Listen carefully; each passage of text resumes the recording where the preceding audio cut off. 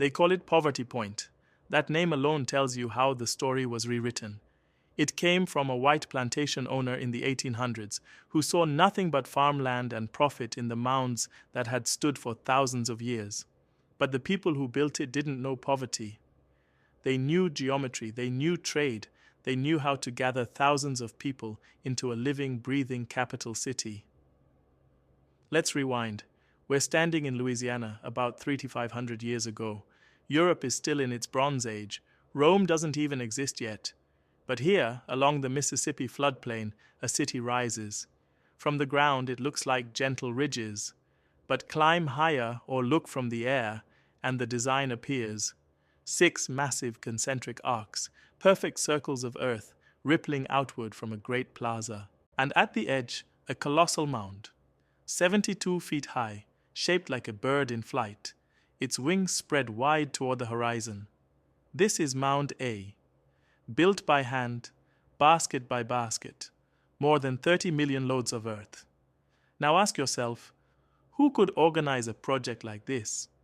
Mainstream archaeologists call them hunter-gatherers, as if they were wanderers who stumbled on geometry by accident.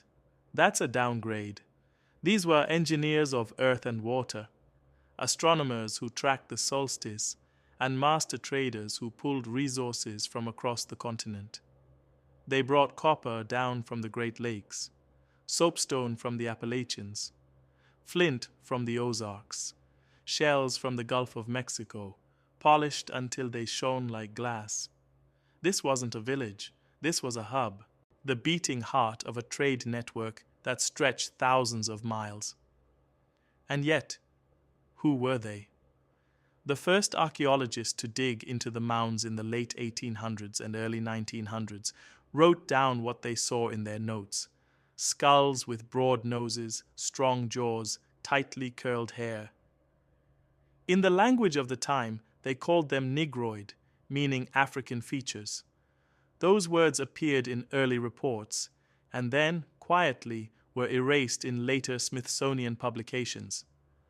But the truth didn't disappear. The French saw it too. When explorers came down the Mississippi in the 1600s and 1700s, they recorded meeting dark-skinned nations.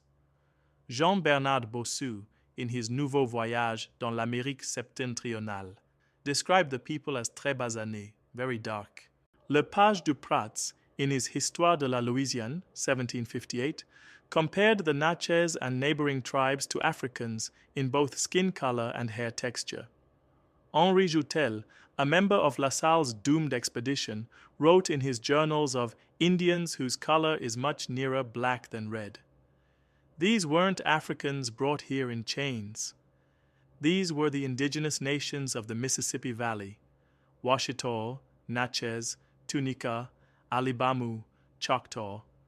The French often called them les Indiens Noirs, the Black Indians. Before anyone called them black, they called themselves by their nation: Washita, the people of the river; Natchez, whose sons and nobles ruled from temple mounds; Tunica, Alibamu, Choctaw, each with its own government, language, and sacred traditions. Their identity wasn't borrowed, it was their own. So how did it get erased? When the transatlantic slave trade began, colonizers blurred the lines on purpose. They enslaved Africans brought across the ocean, but they also enslaved the black nations already here. Virginia laws from the 1600s prove it. The word Negro was used to describe both, African-born and American-born. That confusion was the point. It erased land claims. It rewrote every dark-skinned person into one category, slave. But the mounds hold their memory. Look at the artifacts.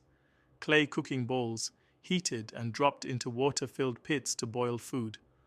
The same exact technique still found in West African kitchens. Owl effigies carved in stone, guardians of wisdom and hidden knowledge, honored in both Mande cosmology and Natchez ritual.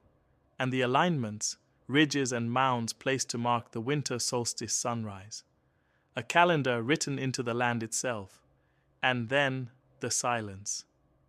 Around 1100 BCE, construction stopped, the ridges ceased, the plaza emptied. Mainstream archaeologists say climate change, floods, or a collapse in trade. But oral traditions tell another story. Migration. The people dispersed, following the rivers south and east. Some became the Natchez, Creek, and Seminole. Some moved west, blending with the Caddo and Washita. Others may have sailed into the Gulf, seeding nations in the Caribbean. What we call Poverty Point today is just one chapter in a longer story. The root of a civilization that spread across the South and Caribbean, carried in memory and bloodlines. And this is why the history was changed. Because admitting the truth rewrites the foundation of America. It shows that black civilization in this land didn't begin with slavery. It began with sovereignty, science, astronomy, and trade. Long before Europe's first colonies. Even the name Poverty Point is a mask. To the original people, this wasn't poverty. It was abundance. It was alignment. It was a map of the cosmos written into the soil. So, look again. At the ridges rippling like water. At the bird mound stretching toward the sky. At the artifacts that carry the fingerprints of two continents. This wasn't the edge of civilization. This was its center. And the question still stands. If America's first city was a black city 3,500 years ago, how many more of our cities are still hiding in plain sight, waiting to be remembered?